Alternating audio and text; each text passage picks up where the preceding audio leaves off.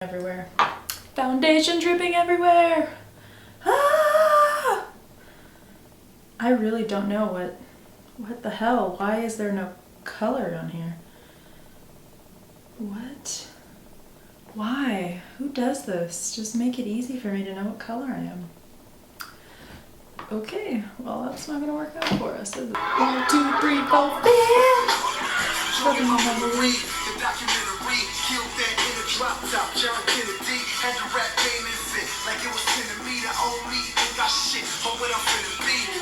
I'm back today with another video for you, and today we're gonna do a half and half. We're gonna do first impressions and sort of a makeup tutorial because I'm gonna try on all of these products on camera.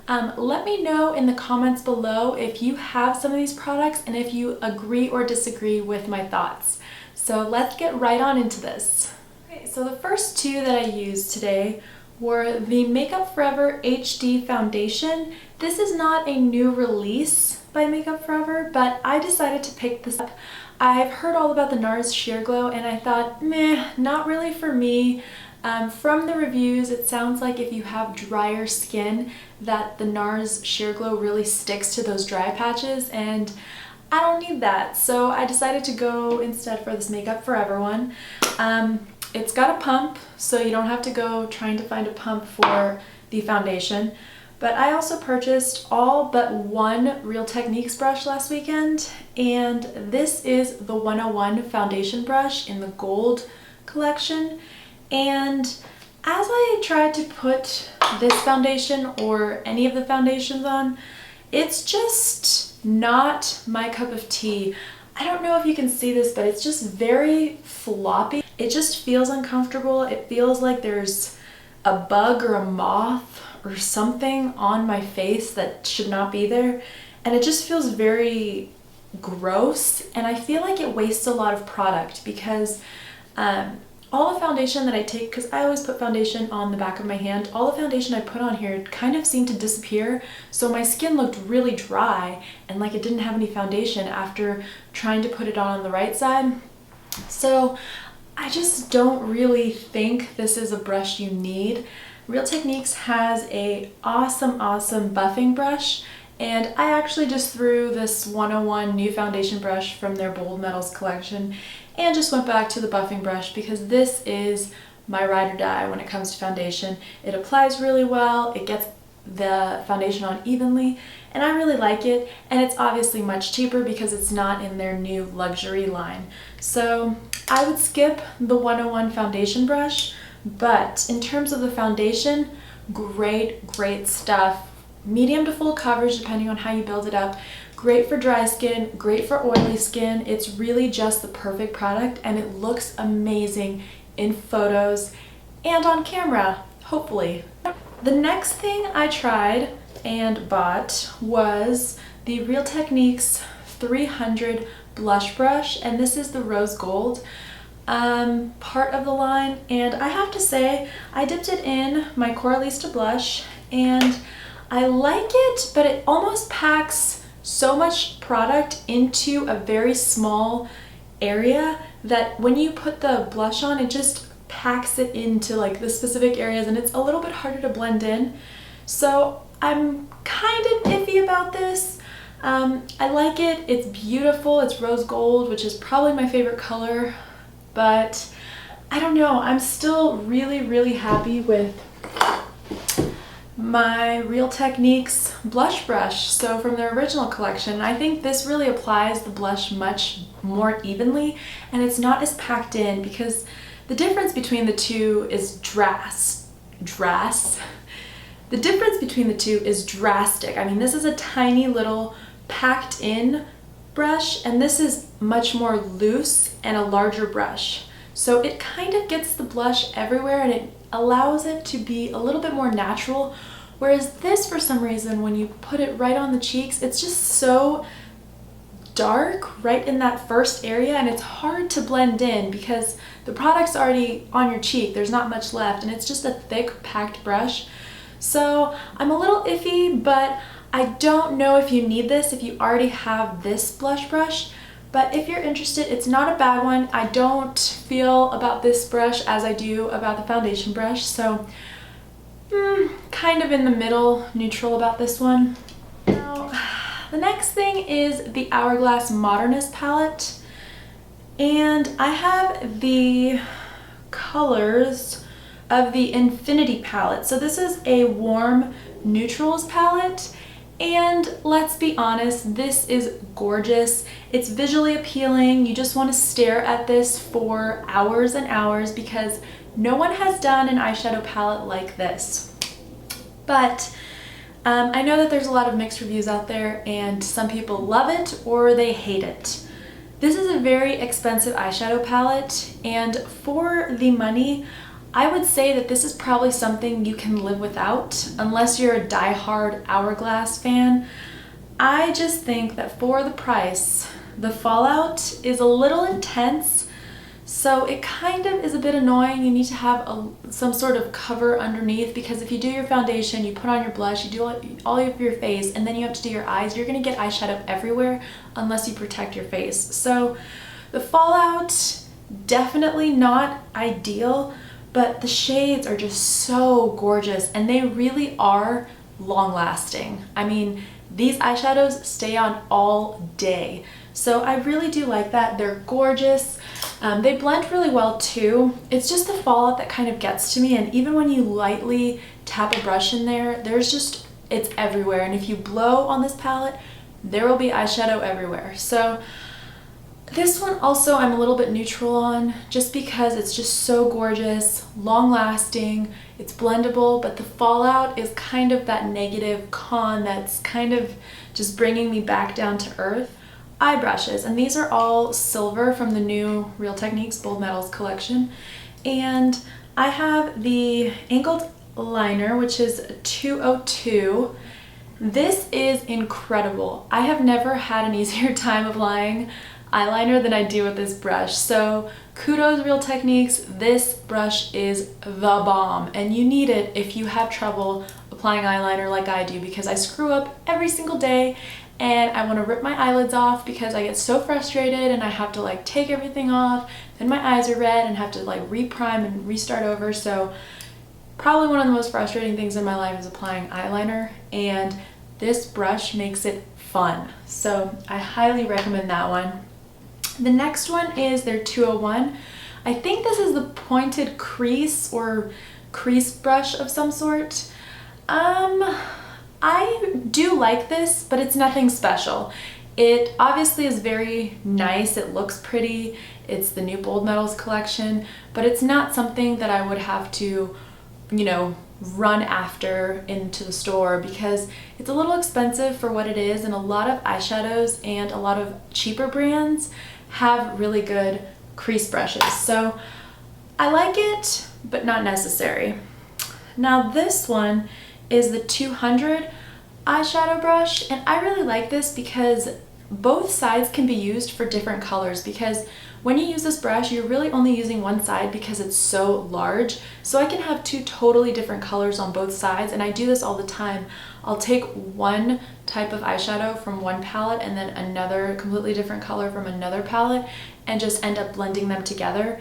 It works very well. I have to say that if you're not the best with eyeshadow brushes, it may get everywhere because it is a large brush, and if you have tiny eyelids, it's going to be all over your eye. But if you can nicely manage to put that eyeshadow on, it's definitely a great brush, and I think it blends the eyeshadow really well too, which I sometimes have trouble with. And I know people joke about it and say like, oh gosh, that girl has unblended eyeshadow. I probably am that girl sometimes because I ain't got time to be blending for 17 years. So this really helps out because it blends very quickly and very easily, which doesn't hurt. The next thing that I picked up, and I think I heard about this a long time ago, but this is the Sonia Kashuk Eye on Neutral Shimmer Palette.